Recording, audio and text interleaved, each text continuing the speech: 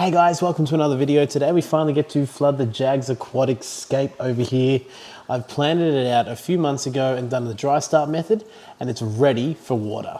The plants have grown in really nicely and I'm really excited about adding water to this tank, and it's been the most talked about fish tank on this channel. Lots of people ask me, when am I going to flood it? When am I going to put fish in it?